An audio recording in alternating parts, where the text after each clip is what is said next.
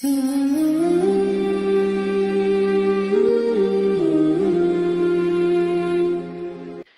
sekalian, pernikahan itu diikat oleh beberapa ketentuan. Ketentuan-ketentuan dimaksud ada yang menjadi rukun. Di antara rukun-rukun itu, pertama ada yang menikahnya, laki-laki, perempuan. Jadi kalau menikahnya itu laki-laki, perempuan jelas tidak sah pernikahannya. Kedua, ada wali nikah. Wali nikah itu bagi yang masih gadis itu mutlak, bagian terdekat dari dirinya. Orang tua, ayah masih ada. Kalau ada, itu ayah. Tidak ada kerabat terdekatnya, pamannya, kakaknya, atau adiknya, atau yang paling dekat. Dan wali ini fungsinya bukan hanya menikahkan, tapi menjadi jalur konsultasi jika ada hal-hal terjadi di rumah tangganya. Karena itu wali akan memberikan perlindungan pada perempuan supaya berpikirnya matang. Quran surah kedua ayat 221, paling kanan sebelah atas. Wala tunkihul musyrikin, wala tunkihul musyrikati hatta yu'minna. Jangan kamu laki-laki menikah dengan perempuan musyrik sampai mereka beriman. Wala amatun mu'minatun khairum min musyrikati walau a'jabatkum.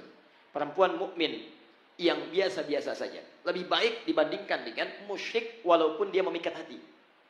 Wala tunkihul musyrikina hatta yu'minu. Lihat kalimatnya. Kalau menuju pada laki-laki kata Quran jangan menikah. Tapi untuk perempuan jangan nikahkan anak perempuanmu. Wala tunkihul musyrikin, jangan nikahkan anak perempuanmu kepada pria musyrik. Jadi yang dituju itu walinya.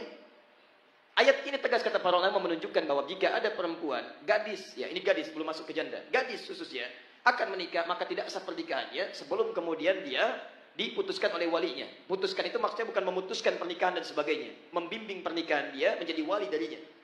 Jadi tidak boleh dia menikahkan dirinya sendiri. Supaya dijaga kehormatannya, dijaga dia, dan apa fungsi terbaiknya? Quran surah keempat ayat 35, paling kiri di pertengahan. Wa in khiftum shiqaqa bainihima fab'athu hakaman min ahlihi wa hakaman min ahliha. Kalau di rumah tangga terjadi cekcok luar biasa yang menjadikan tidak bisa diselesaikan oleh kedua suami istri itu, maka konsultasilah kepada wali, hakim yang paling bijak. Siapa yang paling bijak? Yang paling bijak, yang paling bagus adalah yang Anda tunduk jadi wali yang menikahkan Anda. Karena itu yang paling dekat dengan Anda, yang paling mengerti Anda. Makanya ketika seseorang menikahkan, itu hati-hati. Bukan cuma mengatakan, saya nikahkan kau begini-begini. Tapi ketika punya persoalan, dia harus jadi bagian dari itu untuk konsultasi dan sebagainya. Makanya saya ingatkan pada perempuan-perempuan, jangan anggap enteng wali. Yang penting nikah. Tidak. Wah, walinya siapa? Pengennya sih wali songo. Oh, wali terus.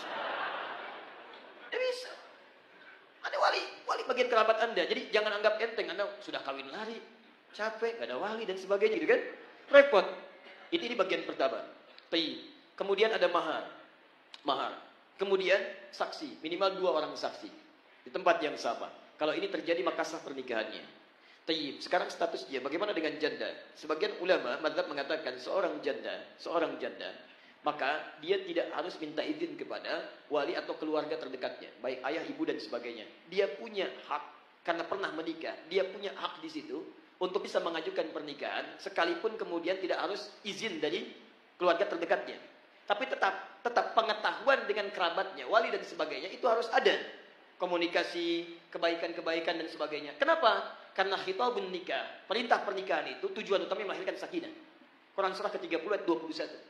Wa min ayatihi an khalaqa lakum min anfusikum azwajan litaskunu ilaiha. Orang menikah itu supaya tenang, bukan supaya gelisah.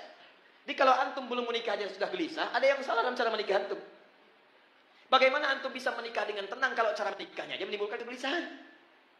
Makanya sekalipun para perempuan yang sudah pernah menikah punya hak misalnya secara pribadinya untuk dia bisa menikah dengan yang dia pilih, tapi tetap tidak mengurangi 2 hal. Dia harus berkonsultasi, dia tanyakan, dan dia minta perwalian. Jadi tidak menggugurkan hak walinya. Cuman dia punya hak untuk menikah, mengajukan pernikahan, tapi tetap tidak menggugurkan hak walinya. Dia harus dinikahkan oleh orang lain. Siapa itu? Kalau ada kerabat terdekat, ambil kerabat terdekat. Kalau kemudian kerabat terdekat tidak ada, maka silakan cari wali-wali hakim yang bisa mewakilinya. Dari KUA atau yang lain-lainnya.